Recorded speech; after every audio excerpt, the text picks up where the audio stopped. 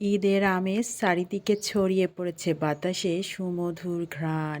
আসসালামু আলাইকুম ভিউয়ার্স, সবাই কেমন আছেন? মহান রব্বুল আলামিন সবাইকে সুস্থ রেখেছেন, ভালো রেখেছেন, সেই দোয়া রেখে শুরু করছি আজকের আরেকটা লং ভিডিও।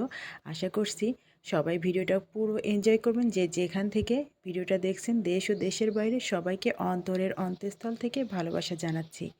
তো কেমন কাটছে রোজার দিনগুলো? আজ 24টা রোজা হয়ে যাবে ইনশাআল্লাহ। আশা করছি বাকি রোজাগুলোও সবাই সুস্থভাবে করতে পারবেন, সবার জন্য সেই দোয়া রইল। আসলে এখন ঈদের ব্যস্ততা শুরু হয়ে গিয়েছে তো সবার। তো যাই হোক, যতই ব্যস্ততা থাকুক না কেন আমাদের কিন্তু রমজান মাসটা চলে যাচ্ছে। আমাদের রহমত শেষ হয়ে গিয়েছে, মাগফেরাত শেষ হয়ে গিয়েছে, এখন চলছে নাজাত। আমরা কিন্তু অবশ্যই ভুলে যাব না এই ঈদের ব্যস্ততায় যে আমাদের রমজানে কিছু আমল করতে হবে। তো আমরা কিন্তু রহমত শেষ করেছি, মাগফিরাত শেষ করেছি, এখন নাজাত পাওয়ার জন্য মহান রব্বুল আলমিনের নিকট আমরা বেশি বেশি ইস্তেগফার পাঠ করব, নফল ইবাদত করব, নফল নামাজ পড়ব, কোরআন তেলাওয়াত করব। আর অবশ্যই অবশ্যই মহান রব্বুল আলমিনের নিকট এই দোয়াটা করব, আল্লাহুম্মা ইন্নাকা আফুউন তুহিব্বুল আফওয়া ফাফু আন্নি। যতক্ষণ নামাজে পড়ে চেষ্টা করব প্রত্যেক ওয়াক্ত নামাজের পরে এই দোয়াটা পড়ার। অবশ্যই মহান রব্বুল আলামিন আমাদেরকে জাহান্নাম থেকে মুক্তি দিবেন। আর আমরা সবাই চেষ্টা করব একটু গোপনে দান সদকা করার জন্য।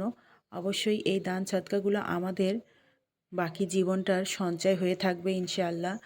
তো যাই হোক, আমরা কিন্তু অবশ্যই এই 5 ওয়াক্ত নামাজ আদায় করার পরে নফল ইবাদত করার চেষ্টা করব। তার সাথে সাথে কিছু ইস্তেগফার তো পাঠ করবই, আবার তাসবিহ পাঠ করব। তাছাড়াও বিভিন্ন ধরনের আমল আছে, সেই আমলগুলো করার চেষ্টা করব। তো আশা করছি সবাই সেগুলো করেন। আমরা সবাই অবশ্যই সেইগুলো একটু সময় করে করার চেষ্টা করব। আসলে আমরা মেয়েরা কিন্তু বিকেল টাইমটা একটু বেশি বেশি ব্যস্ত থাকি। রোজার সময় রান্না বাড়া নিয়ে আসলে সবাইকে ব্যস্ত থাকতে হয়। আর আমার ভাইয়েরা যারা আছেন তারা তো বাইরে কর্মজীবী আছেনই। আর ঈদের সময় আসলে সবারই ব্যস্ততা থাকবে বাইরে। এই যে বিশেষ করে ভোগান্তি, এই যে এইগুলো রাস্তায় বের হলে মার্কেটে বের হলে 1 ঘন্টার কাজ 2 ঘন্টা লাগবে এখন। এতে আরও সময় বেশি ব্যয় হবে, কিছু করার নাই। সব কিছু মানিয়ে নিতে হবে, সব পরিস্থিতি মানিয়ে নিতে হবে। কারণ এখন ঈদের বাজার, তো ঈদের বাজারে এভাবে একটু ভিড় হবে, জ্যাম হবে রাস্তায়। সব মিলায়ে এভাবেই কিন্তু আমাদের জীবন। আর সব পরিস্থিতিতেই আমাদেরকে মিলেমিশে মোকাবেলা করতে হবে ইনশাল্লাহ। আমরা সব পরিস্থিতি মোকাবেলা করতে পারবো। মহান রব্বুল আলামিন অবশ্যই আমাদেরকে সুরক্ষিত রাখবেন, সুস্থ রাখবেন। তো কুষ্টিয়া শহরের ঈদের বাজার কি পরিমাণে জ্যাম দেখছেন। ঈদের বাজারে আসবো আর জ্যাম হবে না, এটা তো কখনোই হবে না। তো আমি কিন্তু এখানে একটু জ্যামের ভিডিও আপনাদের সাথে শেয়ার করলাম। ভিডিওটা যদি ভালো লাগে অবশ্যই অবশ্যই কমেন্টের ভালোবাসা রেখে যাবেন। যে যেখান থেকে, যে জেলা থেকে দেখছেন সেটা অবশ্যই জানাবেন।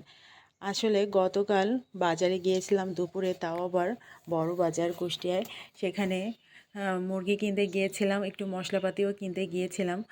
বাচ্চারা খুব বায়না ধরেছে পিকনিক করবে। তো আমার ছেলের ছোট ছোট বন্ধুরা আছে, তো ওদের সাথেই গতকাল একটু পিকনিকের আয়োজন করেছিলাম। তো চিকেন বিরিয়ানি রান্না করেছিলাম, ওরা খুব এনজয় করেছিল, মজা করে খেয়েছিল। আসলে ওটার আপনাদের সাথে আগেই শেয়ার করা হয়নি, সময় স্বল্পতার কারণে। অবশ্যই পরবর্তী ধাপটা আপনাদের সাথে শেয়ার করব, আশা করছি পুরোটা এনজয় করবেন। তো বাচ্চাদের নিয়ে একটু আনন্দঘন সময় কাটাতে ভালোই লাগে সবার। আজকের ভিডিওটা যদি যদি বন্ধুদের ভালো লেগে যায় অবশ্যই অবশ্যই সেটা জানাতে কিন্তু ভুল করবেন না। আর সবার সুস্থতা কামনা করছি। ঈদটা সবার সুন্দর কাটুক, সবার আনন্দে কাটুক, সেই দোয়া রইল। সবার জন্য শুভ কামনা রইল। আল্লাহ হাফেজ। আসসালামু আলাইকুম। ঈদ মোবারক, আগাম ঈদের শুভেচ্ছা। ঈদ মোবারক, ঈদ মোবারক। আল্লাহ হাফেজ।